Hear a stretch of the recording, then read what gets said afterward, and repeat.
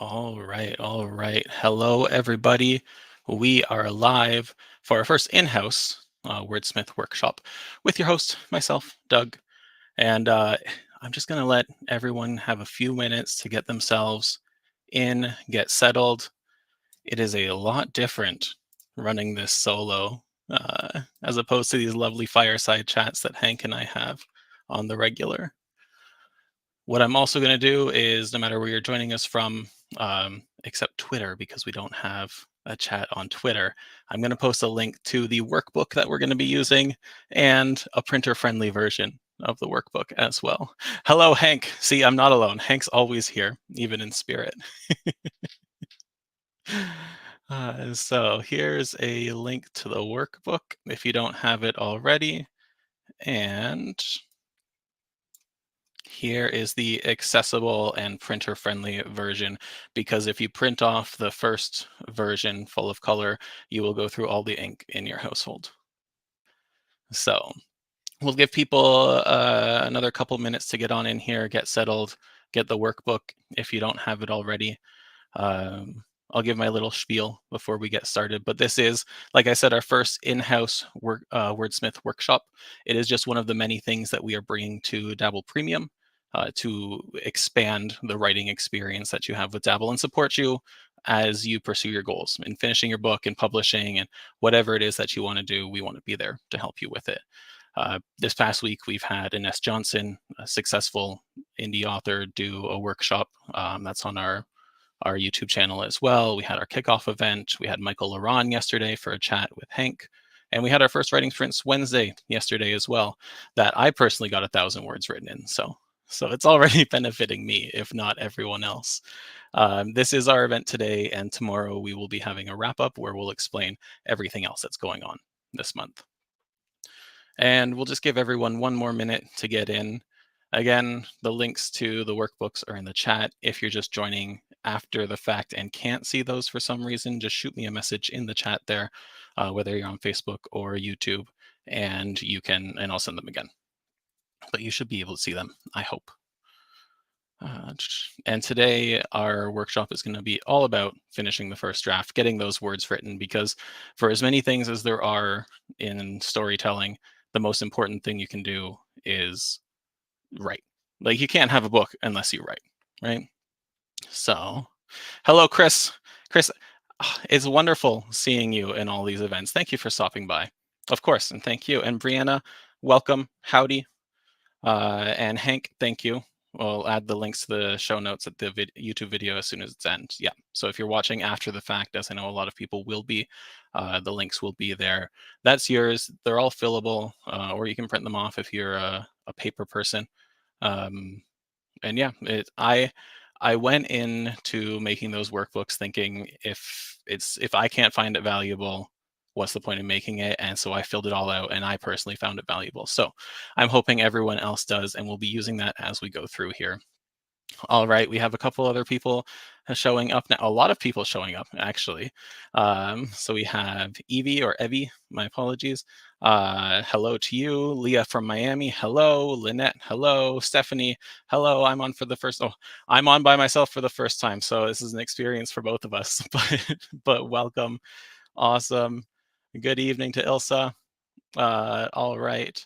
Do we have anyone over on Facebook? I see all these lovely people in the chat on YouTube, but we are streaming on Facebook as well. I like you wherever you're coming from. Email blast for the win. There we go, Aether Oracle. We couldn't have you missing it, right? All right, we're gonna give people until 2:05 my time, that's Eastern time, to get in. That's just about a minute to go, and then we'll get started. Love seeing all the people here. Thank you for saying hello. This is already a great time. I don't know about you guys, but I'm already having a blast.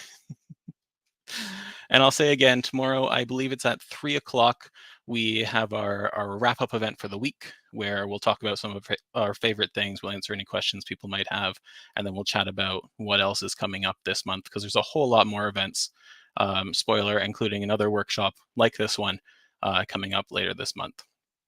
All right, Apostle J. Marie, welcome. Okay, it's 2:05, man of my word, so we'll get started. If more people come in, more people come in. And again, if you can't see the link for the workbooks that I posted at the top of the hour, just shoot a message in the chat and I'll post those again. All right, here we go. And now I'm Little Doug, and here is our workshop. So welcome everybody to Finish the First Draft.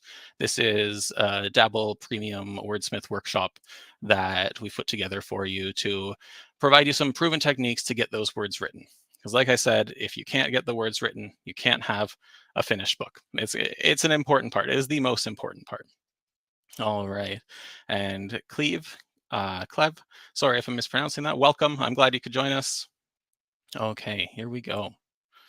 So we're going to go over a little bit of what to expect in this workshop. And so objective number one, we're going to explore different writing strategies. And this is so you can figure out what works best for you, because unfortunately, as with a lot of things in this world, there's no one size fits all. There's no best strategy. It really comes down to whatever jives best with your writing style and your life, because those are pretty important factors when it comes down to it.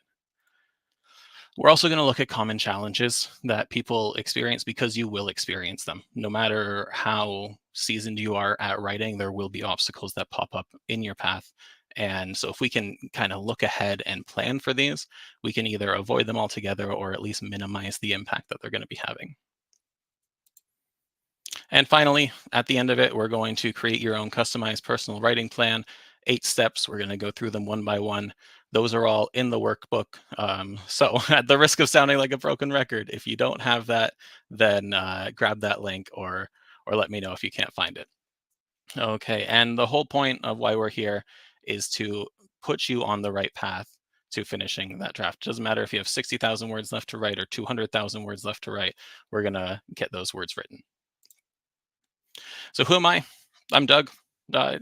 Says it on the screen, but I've been working for Dabble for a few years now, mostly writing articles for Dabble U. I've written well over 100 articles there. I've written 2 ebooks for dabblers. I'm an editor. I'm an author in my own right. I have 5 books that I've either written or co-authored. 3 of them were #1 new releases. One of them was a #1 bestseller in its category. But not writing. I just like helping other people pursue their passion. I think there's something really cool about people going after the thing that they dream about. And I'm lucky enough to be able to have a job that lets me support people that do that. And oh, Stephanie doesn't see the link for the workbook. Here we go. I'm going to send you 2 of them. The first one is full color and it's pretty, but it is going to be terrible for your printer and it's a massive file size. And the second one is printer friendly if you want to print it off. They should both be fillable in Google Chrome or your PDF viewer. All right.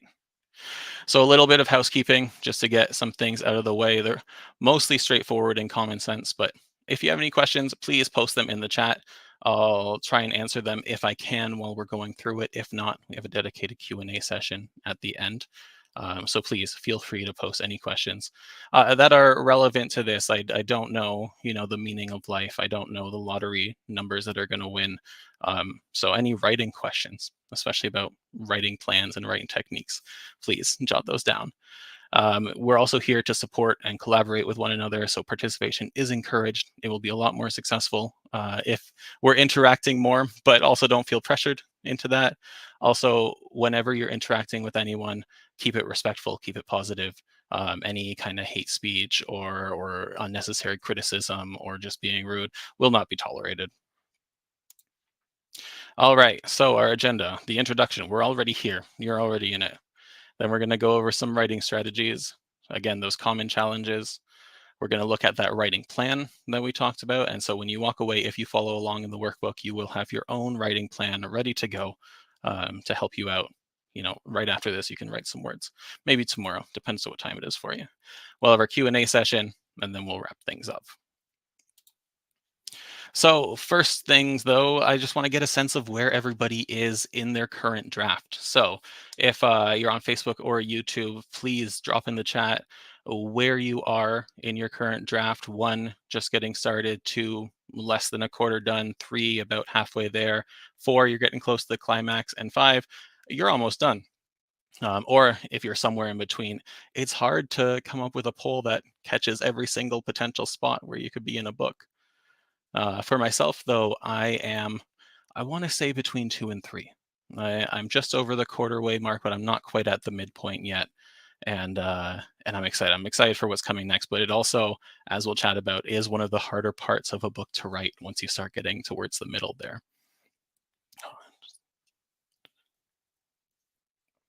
All right. And okay, well, oh, five. Dominique, just about done. Awesome. Great job, Dominique. I am jealous. That is such a good feeling too. Not that the work's over, mind you, but very cool. Olivia, 1 to 2. Yep. I was just there. I will be there again, I'm sure, very soon, or hopefully very soon. Um, and Brianna, 1 as well. That's the exciting time, right? This is when you're so motivated. You have this idea in your head that you want to bring to life. It's all exciting, don't get me wrong, but there there's something special about starting a new story. 2 to 3 for simply me. Yeah, perfect. We're in the same boat. 1-ish for Amanda. 3, 1. Hank just started a new book and it's still in the honeymoon phase. Yeah, that's exactly it, Hank. On my third draft. Okay, simply me is on your third draft. That's fantastic. That's fantastic. Maybe we can do a workshop about revising and whatnot, because it is a little bit of a different process and everyone does it differently. But perfect. And then Nefertiti is 1 as well. Awesome. We have a lot of people just starting out. That's very exciting. Hopefully, you'll find a lot of valuable content here. So, we're going to part 1. And this is where I want to reiterate that there is no best technique. There's no best process. There's no this way is better than that way, or I heard some famous author does it like this, so I have to do it like that. We're actually going to start by looking at some famous authors, but I don't want you to think that this is the way it has to be done. Writing is so subjective and creative, and we are such busy people, especially these days, that you just have to write however you can. Awesome. Well, we got some more people here telling us about their books. Oh, I love seeing people in the middle of their book getting towards the end of it. Awesome. Okay. So, like I said, some famous authors and how they write. We have Haruki Murakami, who, when I'm in writing mode for a novel, I get up at 4 a.m., work for 5 to 6 hours, and then in the afternoon, he runs for 10 kilometers or swims for 1,500 meters or does both, then reads a bit, listens to some music in bed by 9. That's crazy. That's a lot. Now, Haruki might have the option to dedicate an entire day to doing that, but what I wanted to point out with this quote is that it writing it doesn't just exist in isolation in your life. There are so many things around it, and the way that you structure a lot of your day in you taking care of yourself, in treating yourself properly and eating right, getting sleep, going for walks, etc., that all plays into how well you can write.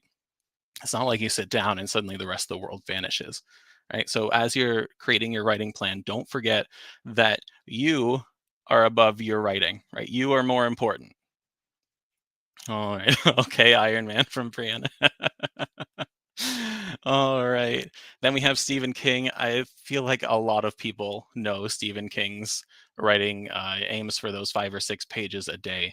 So that is feasible for some people. That's, quite frankly, for me, a bit too many pages in one day, but I also don't have the star power of Stephen King padding my bank account. So that makes sense. And I want people to think that as well, that you can have a goal that is not time based or is not word count based, but is maybe page based, or you want to finish a chapter by the end of the week or something like that. Those goals are cool too. All right. Yes, please, everybody, keep telling us about where you are in your book. I thoroughly enjoy seeing it. Coming to the end of the first act and currently in the planning stage of the first book for a YA or NA fantasy trilogy. That's awesome. All right, and then Alice Munro. What a lot of people probably don't know is that I'm Canadian, so I had to throw in this national treasure of Alice Munro, who writes every morning, 7 days a week. I don't know if she's still writing. Actually, she is. She's over 90 now, so I don't think she's still writing. Um, but she starts around 8 o'clock, finishes around 11, and she's so compulsive that she has a quota that she has to meet before she finishes. So again, sometimes it's time based, sometimes it's quantity based, sometimes it's milestone based. Whatever gets you to where you want to be in your writing, that's what's important. And we're going to go over different options for that. All right. Nathan is getting close, almost at the climax for your mystery. Congratulations. That's awesome. Dominique, amazing. Fellow Canadian, fantastic. All right, so let's talk about our first writing technique. And this is something that I'm sure a lot of people have heard of. Maybe they've tried, maybe they haven't. CJ, yes, it will be available on YouTube to watch again. Absolutely. It will be available for time immemorial for you to watch, and we'll have all the links to the workbook and whatnot there. All right, writing sprints are time-based sessions where you're aiming at maximizing your word output in a smaller amount of time without worrying about editing or polishing it. It's normally combined with the Pomodoro technique, which is doing a short burst of productivity followed by a short break and then repeating however many times you want. And so for me, for example, I aim for 15 to 20-minute sprints, then 5 minutes break, and then 15 to 20 minutes writing, 5 minutes off, 15, 20 on. That will be my usual writing sprint. The idea is that because they're shorter bursts of productivity, you are laser focused. Put the phone away, put it on airplane mode because you're not looking at Instagram right now. You're just writing. You really want to dial in on the words and use the small amount of time to maximum effort. But the ideal duration really depends on you. So Ines Johnson on Tuesday said that she'll do a 45-minute writing sprint. That's too long for me, right? But that's perfect for her. So do some experimenting if you want to try writing sprints and figure out what works best for you. I say start small, 10 minutes, 15 minutes, 20 minutes. Maybe do like a step method where you start with a 15-minute sprint, then go to 25 minutes, then 40 minutes. You know, do some experimenting, figure out what works best for you, and go from there. And leverage Dabble too. What a lot of people don't know is that there's a built-in word sprint timer in Dabble. So use that. It keeps track of your most recent sprint, so you have a goal to aim for and exceed. But if you don't exceed it, that's fine. That's fine. But use it to as the timer, so you don't have to go to Google and say 15-minute timer and hope that you hear it when it goes off. Okay. Apostle J. Marie there says 2 hour sprint. Is that what you're saying? That's fantastic. That is a long, long time for me to go without distractions, but I admit that my attention span has decreased over recent years with the rise of short form content, and it's something that I'm trying to work on. But 2 hours is a pretty long time. All right, and Gerard, welcome from France. Glad you can join us. Chris says, if you didn't know, 6 pages in Dabble is almost 2,000 words. Excellent. J. Marie, tune everyone out for those 2 hours. That's what you got to do when you're sprinting. You really got to focus in and maximize that time. Otherwise, the sprint isn't as effective. All right. And if you are following along in your workbook, or not following along, but within your workbook, you'll see that there's a table kind of similar to this one. And this is words per hour. It's a rate, the number of words you write per hour, coined by Chris Fox. And it's a way to measure your progress if you're using writing sprints. The idea is that your words per hour rate is the number of words you write for a session, or like a session of sprints, divided by the number of hours that you wrote for, which is usually minutes divided by 60. And what's important for this formula is you're only focusing on time spent dedicated to writing, which is why sprints tie in so perfectly with this. Because if I'm sitting on the couch and I have a show on and I'm just, typing away, getting a couple hundred words in, that's going to skew the words per hour rate. That's not actually reflective of how efficient I am. But if I had 4 15-minute sprints, for a total of 1 hour of dedicated writing time, and over those 4 sprints, I wrote 2,000 words, well, then my words per hour rate is 2,000. And you can use this to track over time to see how you're growing as a writer and how you're progressing as a writer, which is a very powerful and motivating thing to see. You'll probably start at, depending on where you are in your journey, 250 words, 500 words, 750 words, whatever the number is. You could be at 2000 words already. But if you put in the effort to do writing sprints consistently, and we'll talk about that in a sec, you will see that number go up. And it won't be linear. Like I showed here, jump to 2333 on the 2nd of April, but then April 5th, it went down to 2200 before going back up again. But if you're consistent with it, like anything, then you will see growth. And in the workbook, there is on page 8 a weekly words per hour tracker for you to use. Uh, and you can just print off however many copies or download fresh versions of the workbook if you want to track that over weeks, or just copy it, like copy the format into Excel or Google Sheets or something. All right, let me just grab a sip of water here. Like I said at the top, normally I'm sharing the screen time with Hank, and so it gives me a chance to not just ramble on, but now I have unlimited power here. Um, our technique number 2 is setting some goals, and that sounds kind of obvious, I guess. And I don't want to sound I don't want to sound like I'm talking down to you, but goals can be so effective if you use them properly. And the key there is using them properly, because I can say, I want to write 100,000 word book and think that's a goal, but that doesn't do anything for me. So generally, when you're thinking about goals for writing, you're thinking about them either in terms of word count, in terms of frequency, in terms of milestones. It doesn't matter what it is, but you really want to pick one that works for you. Normally, I'm a daily word count person. Sometimes I aim for time-based word counts, or sorry, time-based goals. Um, and it really just depends on where I'm at in my writing journey. So if you do decide to go for the goal-based route, you might say something like, every week I want to write 3,000 words, which is a better goal than saying I want to write a 100,000 word novel. But we can get even more specific than that. You've probably heard the term SMART goals before: specific, measurable, attainable, realistic, and time bound, or some variation. It changes depending on who's telling it. But SMART goals, you really want to take that 3,000 a week and say, I want to write 1,000 words Monday, Wednesday, Friday every week. And then you can drill down even more. I want to spend an hour at 8 a.m. Monday, Wednesday, Friday writing 1,000 words, or I'll start at 8 a.m. and I won't stop until I hit 1,000 words. The more specific you can get with a goal, the more powerful it becomes, and the more likely it is to actually generate the outcome that you want. And that's not just, me sitting here saying, "Oh, goals are important." No, that's backed by science, right? If you put the work into developing actual uh, qualitatively good goals, then you will be rewarded for it if you stick to them. But the risk there is that you go too big, too hard, too fast, and say, I want to write 2,000 words every morning. And if I don't, then I'm a failure. That's not good, right? Start small. Figure out where you're at right now with either writing sprints or just a general writing session for, say, an hour, and see how much you write or how it feels writing for that long, and do your goal setting based on that, and be consistent with it. The more you tackle this goal, the easier it's going to get, and the more likely you are to succeed.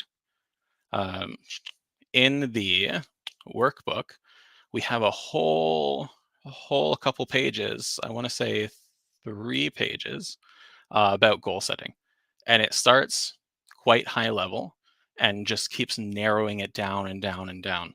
And you go from what you want your book to be, to your goal in terms of completion date and word count, to milestones to get you to that completion, to monthly goals, to weekly goals, to daily goals. Not only that, but we've included a spot for rewards, because an important part of goal setting is rewarding yourself for all that hard work you're doing, and some space for reviewing every month and checking in every week.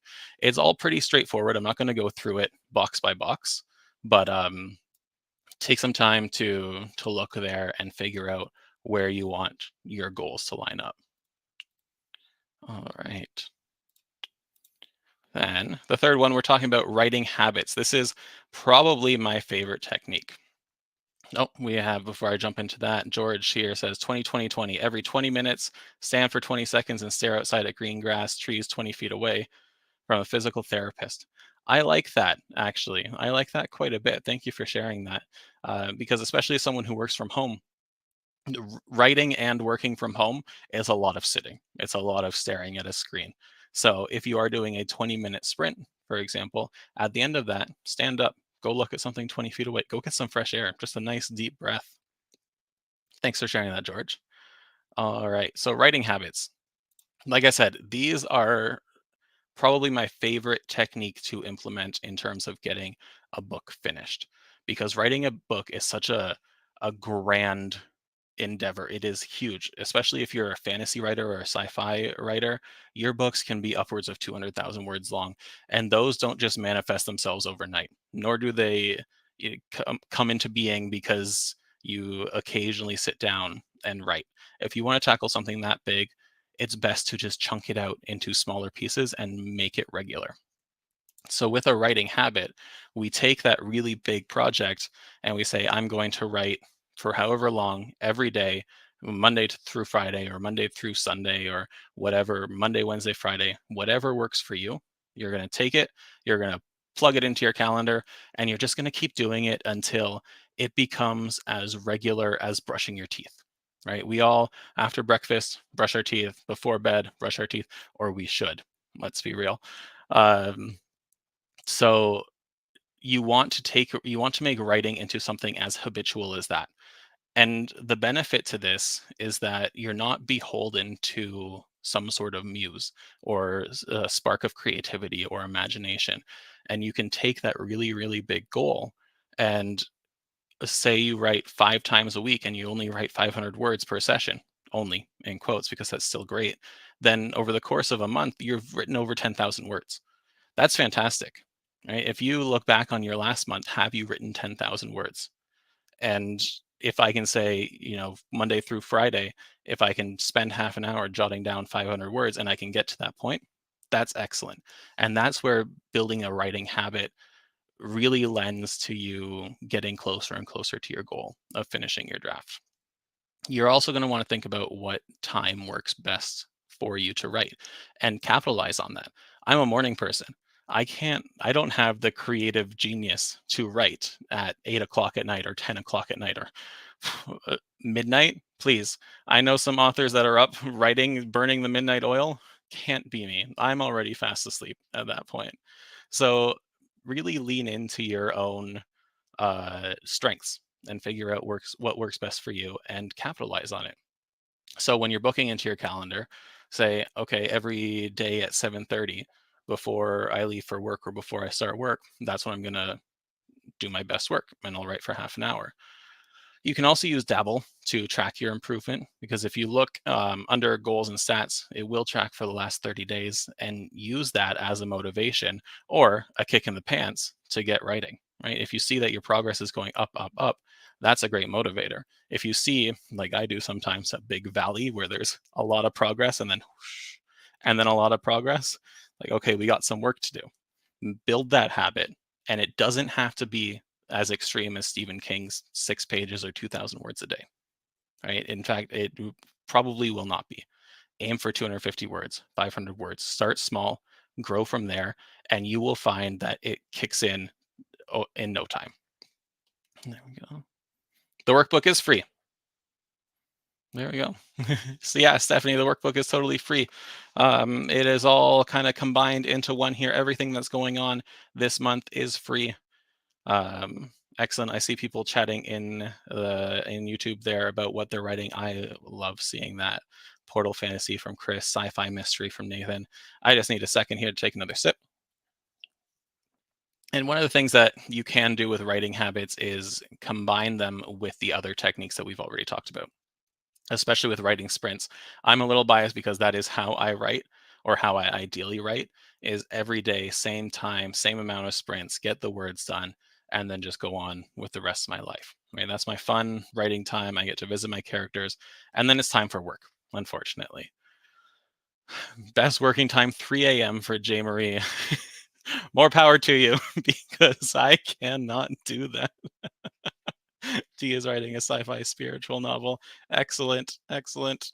We have a lot of fantasy and sci-fi in the chat. I like seeing that. And yeah, Stephanie, the you don't need to print it off. The PDFs will be fillable, or are fillable, not will be.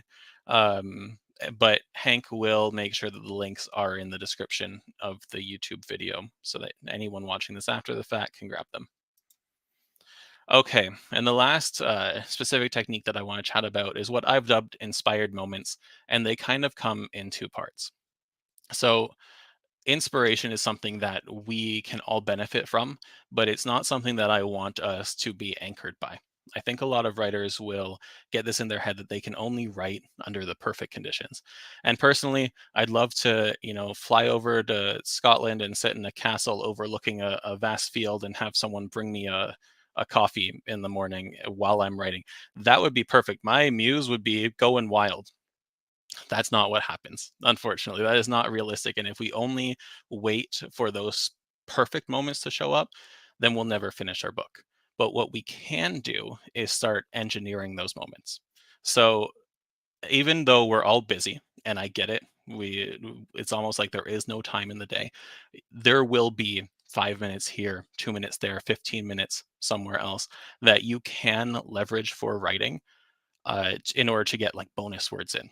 And it might only be you get 100 words in while you're waiting for the bus or something. That's a lot more than the 0 words that you would have gotten in just standing there, browsing through Instagram, or I keep using Instagram as an example because that's my go-to, but TikTok, Facebook, whatever it is, well, pick your poison, right?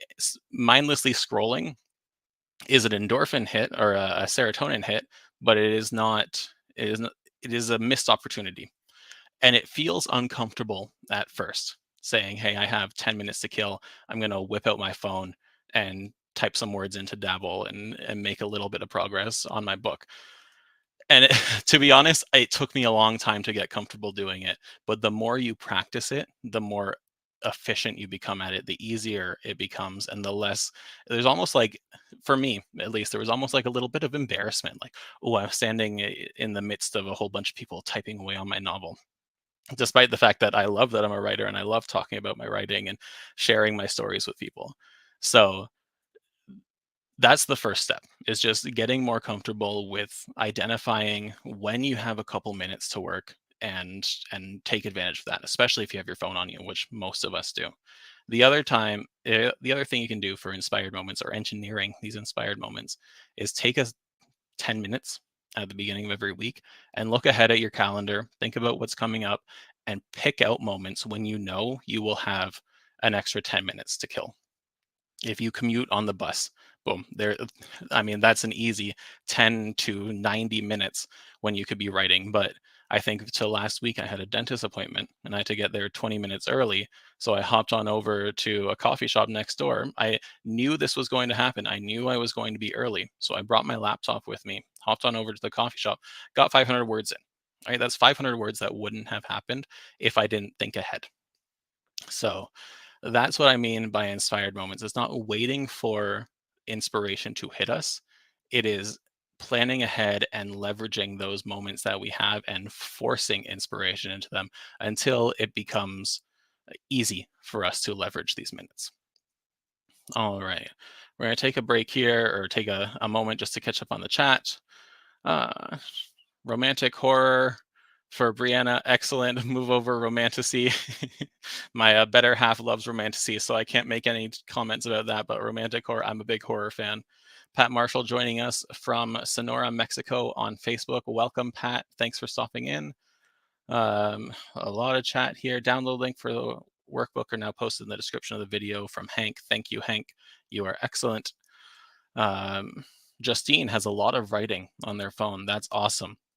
It took me a long time, like I said, to be comfortable writing on my phone. It's, a much smaller screen. You think that you've written hundreds of thousands of words on your laptop, so that's the only place you can do it, and it feels weird to have your hands like this. But no, if you can get over that initial hump of awkwardness, both physically and kind of mentally, then you can really take advantage of it. All right. Ilsa writes after putting their daughter to bed. So after 8:39, then go to sleep before midnight. Okay. Again, the staying up late, more power to you. I can't do it. Esther asking, how do you approach the revision process to polish your writing? Well, Esther, this is all about kind of finishing that first draft. We do have some resources over on W about the revision process. We have a couple articles over there. So if you go to dabblewriter.com, click on W and search revision, you should be able to find some. Or Hank, if you're still hanging around in here, if you could grab that link, that would be wonderful. Uh, Dammy's asking if there's a way to add multiple chapters without going into settings and adding one chapter after another. Again, we're focusing on the first draft here, but we can maybe connect outside of this. Shoot us a message on or leave a comment on this, and we can see what we can figure out for you. All right. Okay. There's a lot of comments coming in here. I'm trying to trying to keep up with everyone, but whew, we had an excellent turnout today. Thank you everyone for joining us as we're going through this. We are not done yet for sure, but I just want to take a break to acknowledge everyone that's here. Omika writing is on their phone, iPad, and laptop. Excellent. With Dabble, of course, it syncs wherever you're writing, so that's one of the benefits. Cheryl, appreciate you doing this. Thank you, Cheryl. I appreciate you being here. Awesome. All right. Is Dabble available as an app for the phone and iPad? It is a, oh, I'm going to butcher the term, a progressive web app, I think. So you can install it directly onto your phone without the App Store. Um, I'm going to task Hank again since he's hanging around to find the instructions for that because, yes, you can absolutely get it on your phone. Uh, yeah, PWA. Okay. So, something I forgot to point out as we were going through, but in the workbook, you'll find a monthly habit tracker for our previous writing technique that helps you, just note if you've written on the particular days, what your goal is for each week, and then a space for reflection and notes. And there's also a brainstorming section for opportunities for inspired moments where you can say, hey, this is where I normally find inspiration, and here's some time where I can almost force that inspiration. So give those a look through and see if they can be helpful to you. Again, the link is in the description of the video if you don't have the workbook already. Okay, a quick poll because we're I love all this engagement. So, uh, which of these strategies that we just chatted about are you most interested in trying or learning more about? So, again, we had the writing sprints, goal setting, developing a writing habit, manufacturing those inspired moments, or just kind of combining. Like I said, my go-to is creating that writing habit, but using writing sprints to develop that habit. I think that that maximizes my efficiency, and when it works, it works. The downside is that there are lulls when it doesn't work, when I'm not feeling like I can do writing sprints every day or every weekday, and so then I have to really kick myself in the butt to get motivated. But that's my go-to. Those are my favorites. The inspired moments I'm learning to love. I'm giving it a college try and it's working. I just don't know. I'm still getting used to it. All right, we got some answers here. Andrew likes the writing habit and inspired moment. We have a lot of people liking the inspired moments. I love seeing that because my go-to, like I said, has always been the sprints and the habits and goal setting. I think everyone knows about goal setting, but I like to see that it's resonating. But I also love seeing that people are just excited to implement these things in their lives. So that's awesome.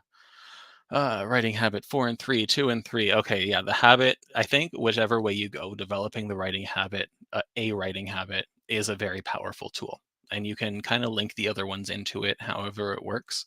But it is probably the strongest in terms of making sure your book gets closer and closer to being done at a regular basis. T White need to get into the flow more during the week. Yeah, I feel that. I absolutely feel that. And like that's why I think number 4, inspired moments, resonates with a lot of people because there's already enough things going on, right? You have dogs and cats and groceries and kids and work and school and no end to things. So the inspired moments is definitely a great way if you can practice it to get more words in and get closer to finishing your draft. All right. Okay.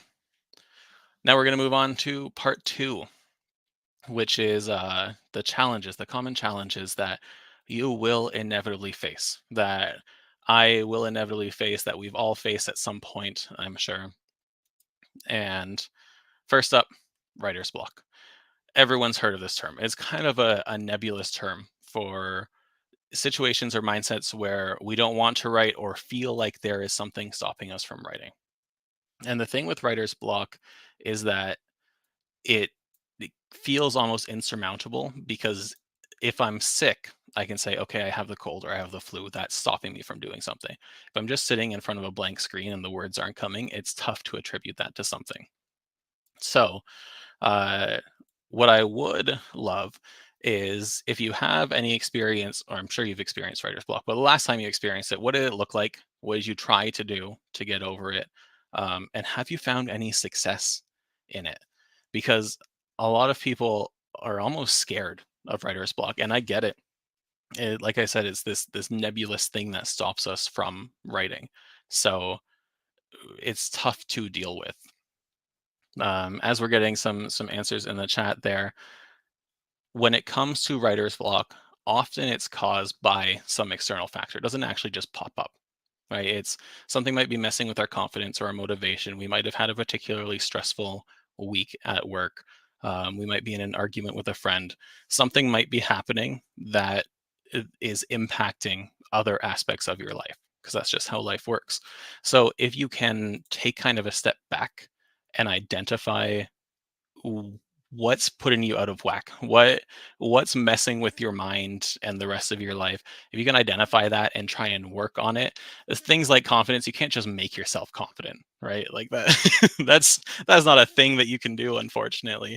But if you can identify what's causing the writer's block inadvertently, then you can deal with that and hopefully lessen its impact. Another option is, like I'm seeing from Anthony here, is just take a step back, right? You don't, just because you want to build a writing habit or you have one or you really want to do a sprint, sometimes you just can't. Sometimes you just need a break. And so take a step back for a couple hours, a couple days, a week, even, and just give yourself a break from your book, or try writing something else. Sometimes it's that you don't. It's not that you don't want to write, is that you don't want to write this, or the ideas for this particular scene aren't flowing. So skip ahead a chapter, or use a prompt to write a short story, or think of a twist and write, a couple paragraphs based on that don't actually make it into the final draft, but give you kind of that inspiration to keep going. The Another option, and this one's a tough one. Okay, this is if you've put in the work to actually develop that writing habit. Some authors can just brute force their way through it, and when writing becomes as normal in your day, or every other day, however long or whatever interval it may be, when it becomes as regular as brushing your teeth or washing the dishes or mowing the lawn, then you can just kind of rely on that habit to push yourself through the writer's block. It doesn't work for everyone. Like, there's a big asterisk that for some people this will just cause you to burn out, so you need to be a little self-aware about this. But that's one of the benefits of building a writing habit, is that it's like a natural counter to writer's block. All right. So just going over a couple of the chat messages here. Uh, Brianna really likes the concept of refilling the well between books. So, and when you get stuck watching movies, series, reading books, consuming media to spark your creativity, absolutely. Amanda, the worst is when you know what you want to convey but can't seem to get it down on the page. Yes, yes, absolutely. I 100% agree with that one. Reading helps. Scarlett, that's awesome. Yeah, as authors, we should constantly be devouring other books. That is the best homework you can have, is reading. Simply Me had writer's block recently. Family is moving, comparing yourself to another author. And good, you got a new perspective from your mom. You're excited to get back at it again. Don't compare yourself to other authors. Just don't do it. Author success comes down to a lot more than just your ability to write words. There's a fair bit of luck to it. There is different opportunities and privileges. Like I mentioned, I get to work from home, so I have that time that my wife, for example, spends commuting to write. Whereas if she was an author, she wouldn't get to do that. So Don't compare yourself to other authors. I know it's easier said than done, but try to avoid doing that. All right, reading or watching things, take a break for a while. Yep, Amika, you're absolutely right. Listen or watch some writing workshops about motivation and creativity. Excellent. Maybe I'll add that to the list of future workshops. Okay. The next obstacle that I want to chat about is the messy middle.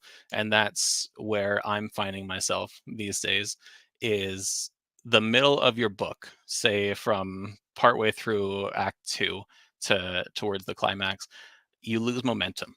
You've already written 40,000 words, 50,000 words, and even the story itself tends to sag in the middle. And so you have to put in all this extra work just to make it as exciting as the rest of the book and to make it as be the story that you want it to be. And that's exhausting. And it can writing to me at least never feels more like work than when you're in the messy middle. So, for the chat again, how do you guys keep yourself motivated? If you've been in the middle before, I know a lot of people might be at the first steps of their first draft of their first book. And I don't want to scare you about what's coming up.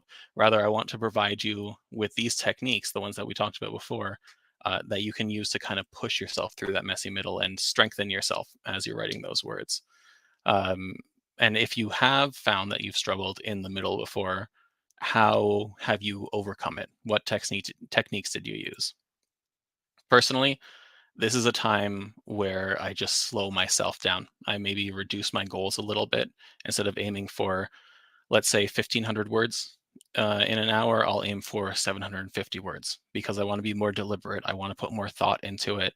And I don't want to feel bad if those words aren't coming. You also might want to go look at your outline, get some fresh inspiration, see what's working, see what's not working, and tweak your story as you go. I've also been in the situation where I've written most of the middle, and I took a step back and looked. And I said, "This is not what I want. This is not the story that I want to tell. This character is doing dumb things that he should never be doing." And so I had to go back and redo almost all of the book, actually. But better to identify it there than to just trudge along and hope that this mud that I was writing takes shape. You can also add a new twist. Again, this doesn't have to make it into the final draft, but it is something just to spark that creativity. And once again, the writing habit will just help you steamroll if that's something that you can manage. Uh, all right. I have a lot of great first acts. The second act is where stories go to die. Yeah. Absolutely. That's the struggle, isn't it? You're so excited, you're so inspired to get going with the first act, and then you get to the second, which is arguably where the most fun stuff should be happening. And I say this from a fantasy author perspective. This is, where the adventure takes place, is where friends and enemies are made and battles happen and magic is learned and cool treasures are discovered. Like this should be the exciting quest part. But it's tough. It is objectively a difficult section to write. Uh, Chris said sprints help. Also, I have fun adding scenes I enjoy, writing conversations. Yeah, yeah, and slow down your writing a bit. Absolutely. Simply me is in the middle now. I wrote out my outline for the first time this draft, and that, yeah, absolutely. Some people, if you are a plotter or a planner or an outliner, whatever term you want to put into it, this is where you're really going to leverage that. This is kind of the benefit of skewing to that side of the plotter pantser spectrum, is that you have this tool to rely on when you get to areas like the messy middle. All right.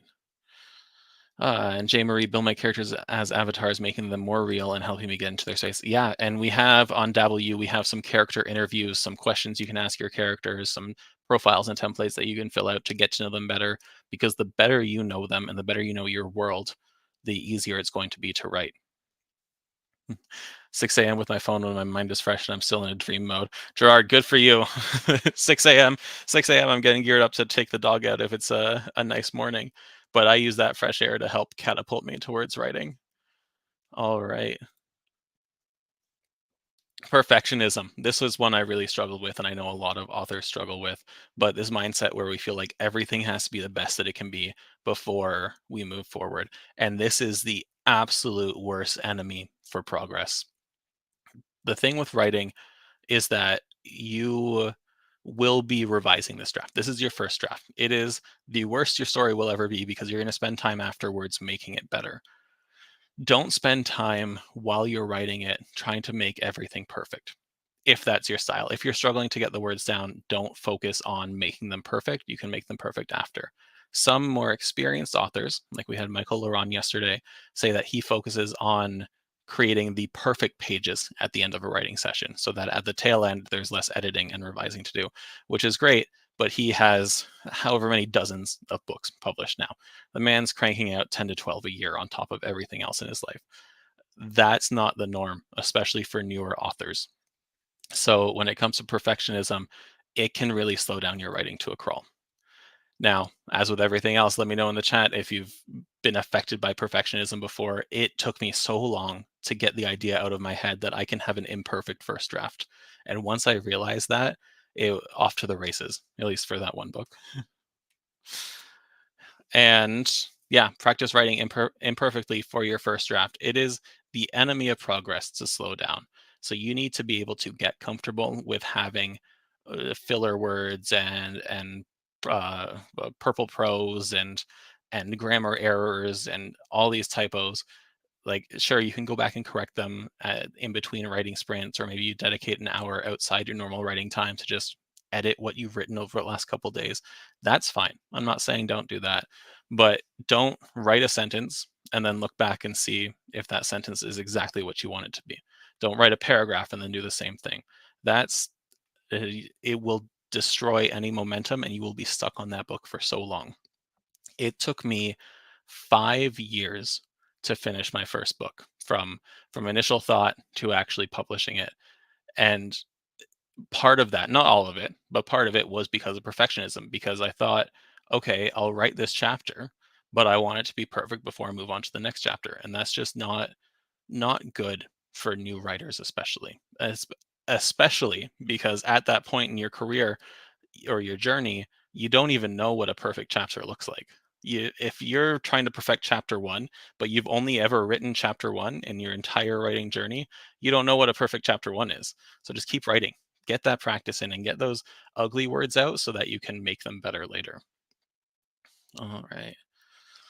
J. Marie struggles with perfectionism. Absolutely. T. White, I always think if I can read through the book without making edits, it's done, but it never seems achievable. And that's the thing, as an editor, too, and as someone who has had their book edited by other professionals, there will always be an error or two that slip through.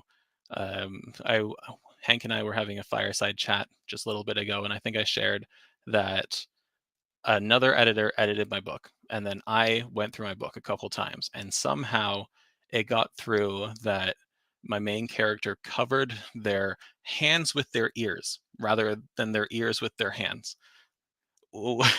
Which is just an embarrassing thing to include and nonsensical to think about. But do you know what happened when that slipped through? I just went and changed it. Right? You can change things after the fact. It will never be perfect, and even if it's perfect to you, it will never be perfect to all of the people who read it. Right? So make it the best it can be, but don't get hung up on the first draft, especially making it perfect. I try to make peace with the fact that I will need at least 7 drafts. Hey, your own process is your own process. Amanda P, this is your biggest problem. Yep. This is one that a lot of writers struggle with. So really, like, it's not easy to be okay with imperfection, especially when you're pouring like your heart and your soul into writing, but you need to practice it. You need to think to yourself, okay, I don't want to spend 5 years writing this book. I want to have this book done by the end of 2024. So what do I have to do to get there? And I can tell you now, what you don't have to do to get there is self-edit every line as you write it. Absolutely not. Stephanie, being the first time on the platform, is there someone with Dabble that reads through your draft to assist you? So we don't have any kind of in-house editing service for authors. There are platforms like Readsy that do have authors for hire. There will be an announcement tomorrow or we have a live stream tomorrow where we'll be chatting more about what's coming this month. And one of the things coming for Dabble Premium, and thus everyone for this month, is Feedback Fridays, where we'll have sort of a lottery submission system to get feedback on your work, and then we share some bigger picture issues that we saw in a live stream, not without saying, hey, this is Stephanie's work, everyone look at this where we changed something, but no, like, hey, this is the topic that we saw, let's chat about it. um so no, long short answer, no, we don't offer that, but there is potential to get some feedback. um okay, I want to go over every single chat there, but we do need to go to the most pressing and relevant obstacle you will face, and that is life. And I've said it a couple times already, but we are just so busy these days. There is so much stuff to do. There are so many things competing for our attention and our time that fitting writing in, especially if it's not a significant chunk of your income, is very difficult. Like, it can be tough to carve out the time that you need in order to get your book done. And unfortunately, there's no, like, wish you can make to get 5 extra hours a week or something. Time is a finite resource, and we cannot make more of it. So this is probably the biggest obstacle we will all face, even worse than perfectionism. Jane, it will be at 3 p.m. Eastern tomorrow, so about this time tomorrow. Perfect. Thank you, Hank. Um, so for people that have struggled with pesky life getting in the way of your precious writing time, how do you balance that out? Like, what strategies have you employed to actually carve out that time and let it have its place when there are so many competing priorities?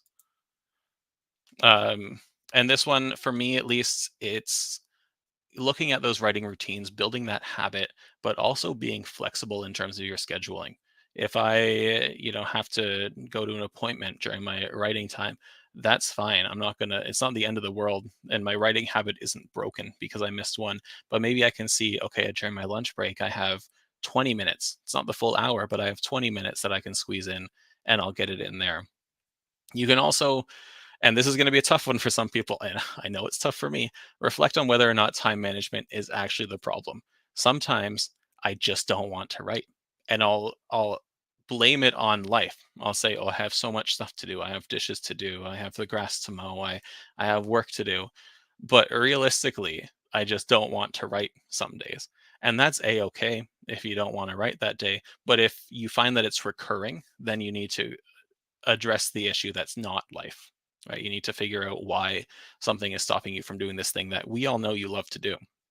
You could also just be burned out, and not just burned out from writing so much, but burned out from just doing so many things.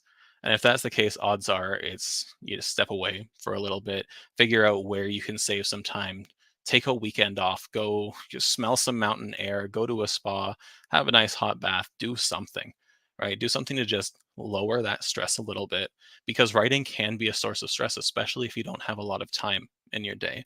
So don't go all, Superman on your writing if it's going to cause a significant amount of stress in your life. Anthony James, you are you an advertisement for us? Because I love that. The good thing about Dabble is that it's web based, so you can log in from anywhere to write anything. And that's what we were talking about when we were talking about manufacturing those inspired moments. You have the capability to write anywhere you have your phone or any other device. So if you have those spare extra minutes, just get those words in, right? Simply Me is still in school. Yeah, add on school. I remember when I was writing my first book, I was in school, I was working close to full time. I had friends, I had a social life, I was in a couple clubs.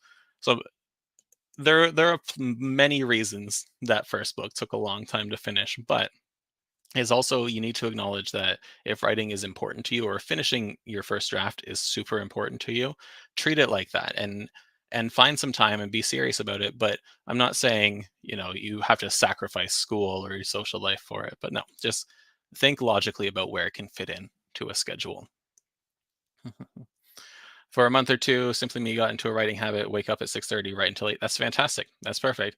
If it's not sustainable for you though, maybe try pulling it back a bit. Do half an hour or 45 minutes instead.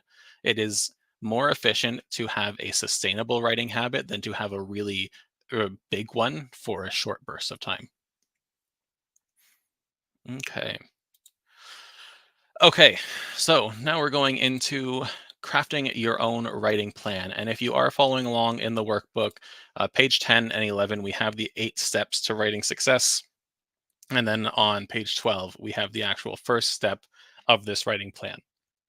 If you're not following along in the workbook, it is in the description of the video, so you can download that for free. Absolutely. And otherwise, you can just, you know, listen, think about how this applies to yourself, because you don't need the workbook if you can follow along without it here. All right.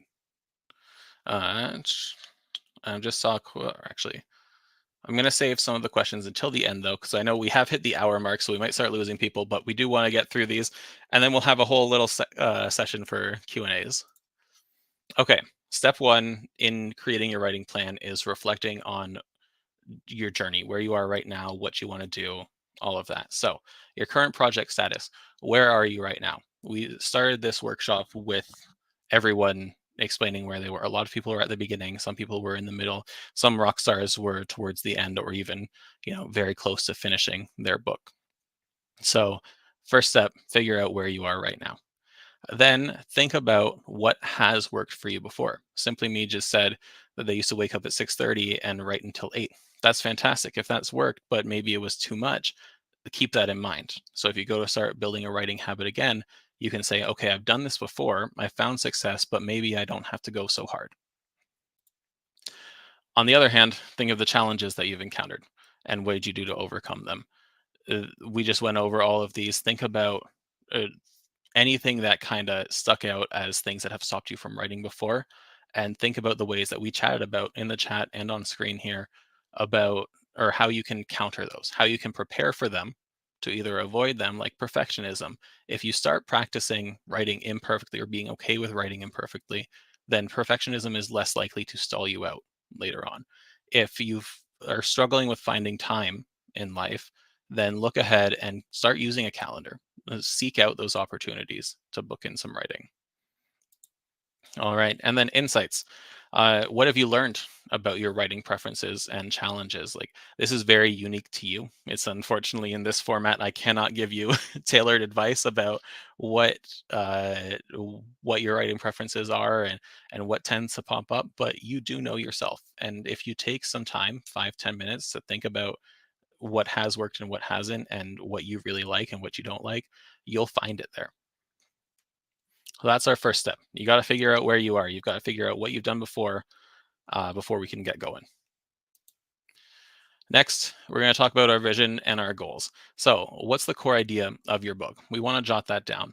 And this can range from just the plot, a young girl wants to go visit her grandmother and meets a scary wolf along the way. Fine. But you can also go a little deeper than that. You can have the plot and what it is that you want to share, like message wise, theme wise. And I think that's important because it gives you more purpose behind what you're writing. But your purpose might just be you want to write a really fun book. That that was the purpose behind my first 2 books. And that got me through it because that's what I like doing. Writing is fun for me. It's one of my favorite hobbies. So the core idea could just be I want to write this really cool book that's about this young girl going to visit her grandma and encounters a wolf along the way. Then, when do you want it to be completely finished? This is important. If we don't have an end date in mind, then that imaginary end date is going to keep pushing itself further and further away. You'll keep moving the goalposts until it's a few years later and you're still not done your book. Oh, Jane, thank you for joining us. Have fun at work, and we will see you tomorrow at 3. All right. And then what is your total word count goal? Now, you might not know this, and that's perfectly okay. And even if you do have an idea, odds are you will either end up typing the end a little short of that, or maybe well beyond that. And either of those is okay. But having both an end date and a total word count goal gives you a more concrete idea and helps you break it up into those smaller, more manageable pieces. So just pick something that is akin to or similar to books that you read in that genre. So if you're writing thriller or mystery, you're probably looking around 75,000, 80,000 word mark. Could be longer, of course, but I think most of them hover around there. Fantasy or sci-fi, 100,000 to 150,000 words. somewhere along there. A YA tends to skew shorter. Um, Romance skews all over the place because of the different subgenres and tropes. But yeah, so just figure out where you think you're going to end up, because that will help you that will help you break it into digestible chunks. My apologies. Let's see. And then you can break down key milestones and target dates. And this isn't just, okay, I want to write 1,000 words by this, and this. This can be, I want to finish the first act by this date. I want to finish chapters 1 through 5 by the end of next month. I want to be more than 50% of the way done by the time summer rolls around. Like this, having these two things in mind lets you then work backwards to establish when you can hit key dates. And if you look back at the goals templates in the beginning of the workbook, we have milestones broken down. You can break it down monthly, weekly, daily, or you can look at bigger picture stuff like outline, first draft, final draft, publication, that sort of thing. And then finally, set those specific targets. Dabble is great for this because if you have your completion date that you want and your total word count, you can plug it in. Dabble will do the math for you. That's what I rely on for my daily goals. Weekly goals and monthly goals you can set as well, because not everyone's about that daily goal life, and that's perfectly fine. Like we said, and we'll say again, I'm sure, writing is very uniquely you. Your process is very uniquely you. So pick a goal that works for you. But I will say, if you do a monthly or weekly goal, think about what that's going to translate to in terms of concrete sessions as you're going along. So if you have a weekly goal, how many days are you going to write that week? So what are you aiming for those days? All right. I love seeing the chat going on between people. That's fantastic. Dabblers unite. Okay. Then we're going to move on to step 3, which are the writing strategies or the techniques that you're going to be using. These are the ones that we've covered already in this workshop, so they should seem fairly familiar. Um, but pick the ones that you want to tackle or you want to try in your writing plan. We had that little poll. A lot of people excited about the inspired moments. A lot of people wanting to do a writing habit, maybe combine writing sprints or word count goal into your writing habit. Whichever ones you want to use. In the workbook, we have a little checkbox for you to use, and then some notes. So you might note what your writing sprint word per hour rate is, or where you're starting, where you want it to get to. You might want to note what your starting daily goal is. And so come the end of a month from now, you can say, okay, my goal is actually being revised to double what I thought it was going to be. Oh, Rachel's asking how many words in middle grade fantasy, 100 to 115,000 from Simply Me. Yeah, sure. It's tough because fantasy skews higher, but middle grade, because they are a younger audience, will skew shorter. So even that might be high for some people. I don't know. I immediately jump to like Percy Jackson in terms of middle grade fantasy. Does that count as middle grade? I think so. Um, and I don't know how long those are, but I know they're not extraordinarily long. And Purity asking how many words for a beginner, just a beginner writer or a beginner like your first book. It really depends on your genre. It's really tough to figure out that total word goal if we don't have more details like who you're writing for and what genre you're writing in. And even then, whatever whatever word count your story takes to make complete, that's what you're aiming for, right? Yeah. Yeah, 75,000 from Chris. Yeah. All right. Okay, step 4 is when you're actually going to schedule. You're going to take your real life time and you're going to pop it into your writing plan. And so in the workbook, we have a table that is not as colorful as this one, but it fits the vibe of the workbook more, where you can put your ideal writing time Monday through Sunday. And sometimes that might not be any time that day, but put in when you will do your best writing given the opportunities that you have based on the rest of your life, and then start scheduling those into your calendar. There's also a column for 5 to 15 minute bonus sessions, and this is where those manufactured inspired moments come in. Like look ahead at your calendar, and in the example that I had, I knew I had a dentist appointment that I had to be early for. There's an opportunity for me to get some inspired moments in. If you're going to be on the subway commuting to the office one day this week, there's an opportunity for a bonus session or just a normal writing time, to be honest. If you have to pick up your kids from school, you're sitting in the car for 5 to 15 minutes anyway. You have your phone on you, get some writing in. It uses a lot less data than scrolling social media too. So, but that's what you want to do. Look ahead, figure out when you can plug in some writing sessions based on how you want to write, like sprints, goals, etc., and what works best for you. Then find those extra opportunities, those bonus ones. Purity, as a beginner writer, it again depends on the story that you want to tell. So I'd say go to dabblewriter.com and click on W, and then look in some of the genres, the genre articles that we have, and you'll get a better feel for how long they should be in and what kind of stuff goes into the plot. Okay, step 5, and this is something we haven't chatted about going or leading up to this point, but it is an important one, and that's your support system.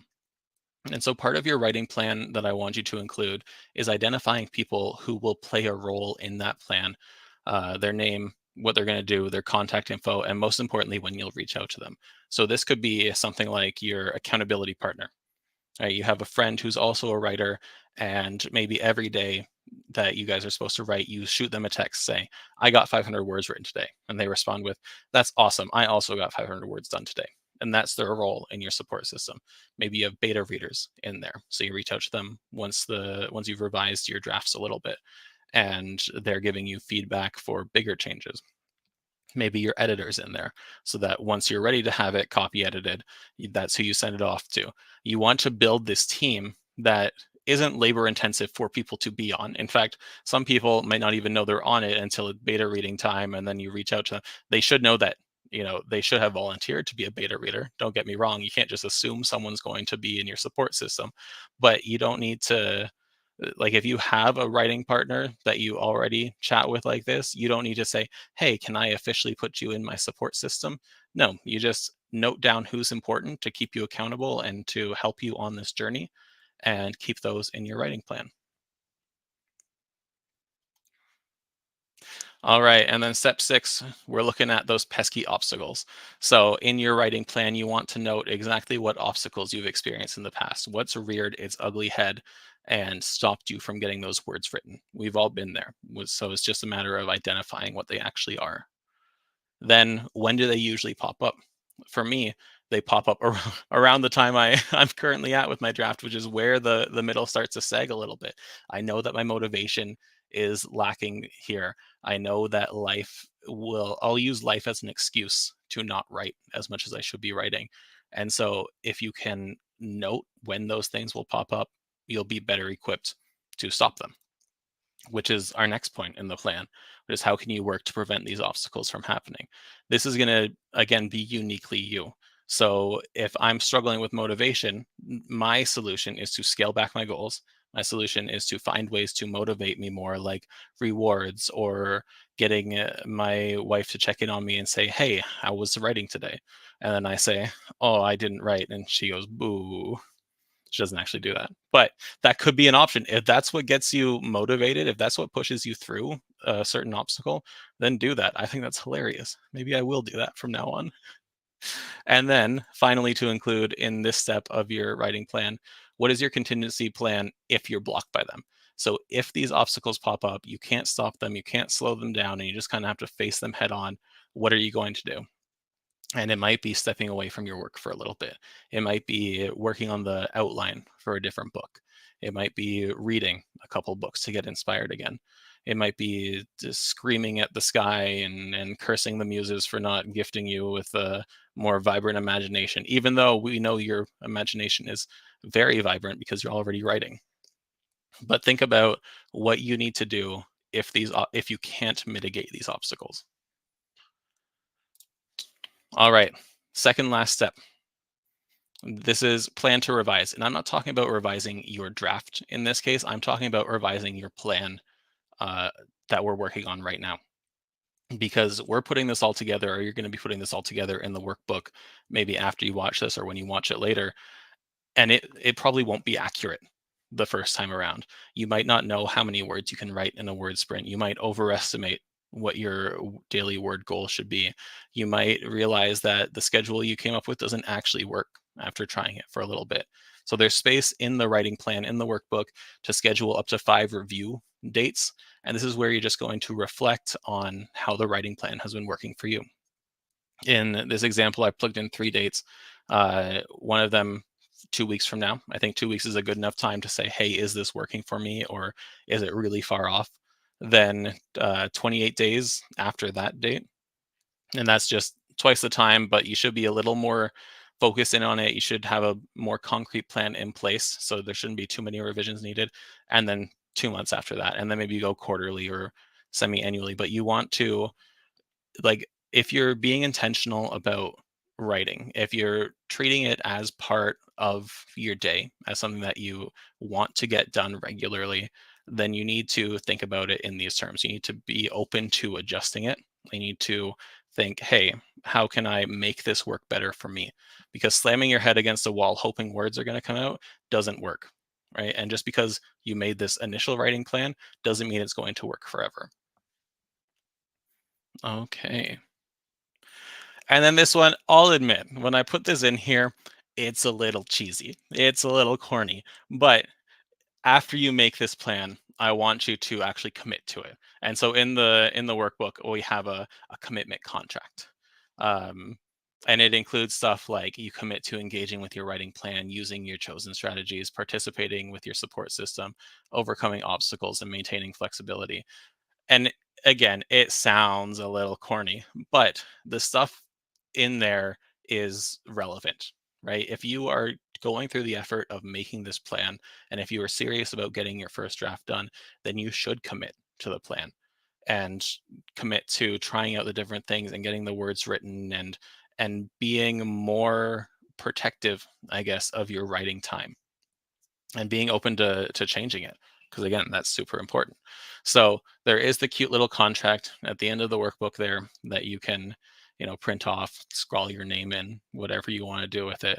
But realistically, the takeaway message from this step is that if you are going to do this, if you are serious about it, then commit to it, take it seriously. Okay. All right, and those are the 8 steps. So once you've completed that, including the commitment contract, you have a full writing plan that should support you in your writing journey, from start to finish, or from wherever you are in your current book all the way to the end. It's not easy, and this doesn't even touch on things like character development and theme and plot structure and all the components of the craft. But we have a ton of resources about that at W. And this is, I think, a topic that a lot of people don't know what they don't know, and it's something that I think I hope you benefited from being here. But now I've set aside some time for Q&A. I actually don't have a dedicated end time to this, so when I say I set aside time, it's if there's any questions that you have. Again, let's try and keep it more relevant to getting words written and writing techniques and habits and obstacles. But if you have any questions, drop them in the chat, please. I'm happy to answer some right now. And I'm just going to do a little catch up on the chat while I wait for some of those to trickle in. Ilsa says, I'm a bit stuck on step 5. I don't have anyone to discuss ideas with. My partner is very supportive, but he doesn't read if he doesn't have to. Neither do my 2 best friends. Okay, so this is, I get this. And it can be like writing is a very isolating kind of solo endeavor, or it can be. And it's extra tough when those closest to you don't write as well. The short answer is, I guess, you have to go find some writing friends, which is tough. Finding friends as an adult can be difficult at the best of times. Finding writing friends as an adult can is like finding that, proverbial needle in a haystack kind of thing. There are some options. Um, at Dabble, we have this free platform. Uh, Let me grab the link for it. The Storycraft Cafe. It's an online community for writers. You don't have to be a dabbler to join it, but I'm dropping that in the chat right now. And that there are some people in there that do daily prompts. They chat. It is a community of writers that you can go and introduce yourself to. And so that that is a good place to start. Also, look locally. Your library, bookstores, online forums, not really local, but I live in a city called Barrie. So if I type in Barrie Writers Group, then something might pop up. You just kind of have to actively search for other writers because we tend to be more uh, solo lone wolf writers. They will not come to you, unfortunately. You have to go find them. um, yeah, there are also some places online where you can look for beta readers or you can look for critique partners. I say just do a quick Google search for that. We don't have any kind of directory for that, but I'm sure it exists somewhere. Okay, bonus writing is good if you know what to do, but not really practical if you have to focus and plan or work out your plot. Yes, Grace, you are correct. So talking about those manufactured, inspired moments, excellent if you have an idea in mind. Not so great for if you have to do that planning ahead of time, which I think if you are a diehard plotter, this is the case. Yes, but I don't think most people actually fall onto that end of the spectrum. I don't think that most people are as beholden to their outlines as they think they are.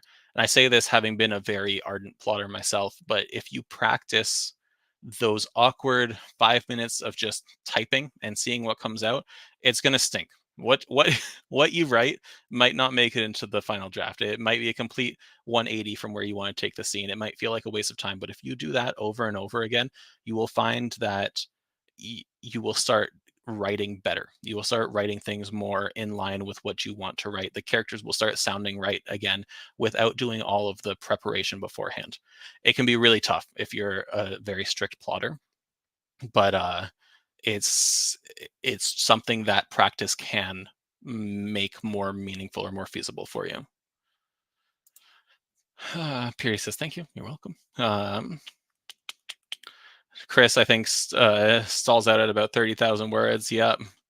Life, work, tiredness equals lack of motivation for Grace. Yeah, 100%. It's tough. I get it. There's so many things. I have to go host a D&D session tonight, and I love doing it, but work, D&D, writing, dog, wife, cooking, so many things, right? I don't have kids, which is for the people that can balance that on top of everything else, you're stronger than me because that I love kids, but that's another time commitment before I bury myself there. Chris, thank you for joining us. I'm sorry that I missed saying bye, but always lovely having you. Um, and is there a limit from Stephanie? Is there a limit that words that a beginner should stop at when writing their first book? No, no. Write, especially if it's your first book. Just have fun with it. Right? Write the story that you want to write. If you find that you're trying to write a book and you're falling very short of a suggested word count, then maybe brush up on plot structure more, brush up on character development and character arcs more, and critically look at your story, see if all of that is in there, and then maybe extend it, but don't limit yourself. No. The the exception would be if you are dead set on going the traditional publishing route. Some publishers, especially the bigger ones, will not look at books by first time authors that grossly exceed the norm for word counts. So if you want to get a Regency romance novel published and it's 250,000 words long, uh, that's just a cost benefit analysis will tell them that that's not worth the risk. Right? The printing costs and distribution costs of something that big, they will not recoup their money, so they won't look at it.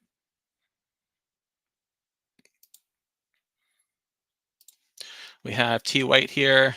Don't have any writing friends or support. It's difficult to find fellow writers. Yep, I get that. Do you have a community page on X or WhatsApp group? We do. We have a profile on X/Twitter, but we don't have a community page. Like we don't have one that kind of connects people or people chat. Storycraft Cafe would be that community for us.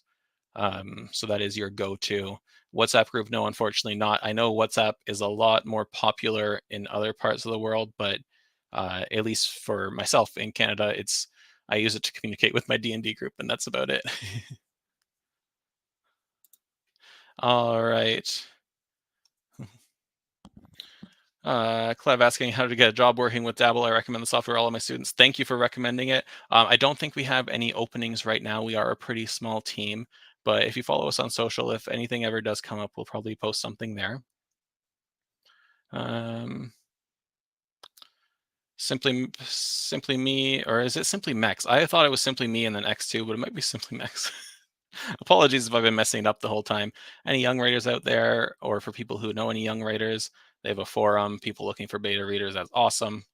Uh, Grace, no, thank you for coming to the session. I hope people found it valuable. I really think this is an interesting topic that doesn't get talked about a lot, and I hope that what you take away from today in the workbook does help you get those thousands and thousands and thousands of words written, because it is a daunting task. It is like mountainous. It is monumental. It is, and it's something to be really proud of when you get there. But a lot of people, I think, can burn out and never finish the first draft of their first story, and that's the exact opposite of what I want. Uh, Rachel, what if you get stuck on a chapter but have the rest of your book outlined, asking for a friend? Well, Rachel, tell your friend you don't have to write linearly. I know that's kind of the default, and that's what most people are comfortable with. But for my most recent book that I'm working on, I did get stuck on a chapter because it was a perspective switch, and I just didn't feel like writing that character's point of view at that time. So I just went to the next chapter. Now it's easy when there's different perspective, or easier when there's different perspectives, because you can kind of just continue the story knowing loosely what happened in that chapter. But if you have a thorough outline, you already know what's going to happen in that chapter. So just go to the next one, and or go to a different scene that you're really excited for and circle back when you have a little more momentum behind you. Worst case scenario, when you're revising, you have to do, a bit more substantive changes than other writing, but odds are that's not going to happen if you have a great outline going already. And purity, I keep changing the book title. It's normal for beginners. Sure. Like, a lot of people won't even come up with the title until the very end of their draft. Some people start with it, and that's kind of the basis for their whole story. It doesn't. I don't kick yourself for it. I think everything will be fine. Owen Burns, this is my first book. It's great for this insight. Thank you for coming, Owen. That's awesome. I'm glad that this could help. Okay, so we are coming up on an hour and a half here. My throat is getting sore. I've had such a great time doing this with everybody. So thank you for coming. We're bringing even more value to Dabble Premium, and this month to all dabblers, opening up events just like this. And that all includes workshops and guest workshops, writing sprints, craft Q&A, office hours, feedback Fridays, premium deep dives, and custom resources just like the workbook. That again is free for anyone, whether you're watching this afterwards or whether you're here live with me right now. The links are in the description so you can get your workbook. And it's no extra cost for Dabble Premium. And again, free for everybody. Yes. Oh, you're all filling me with so much joy with these thank yous. Thank you for coming, everybody. Now, if you have an extra 5-10 minutes, then go write some words. That'll be the best way to thank me. Go write a couple words. But yes, thank you for joining me. And if you want to come back, we are live at 3 p.m. tomorrow to chat about what's coming up and to answer some questions from this week. And if not, we'll see you some other time.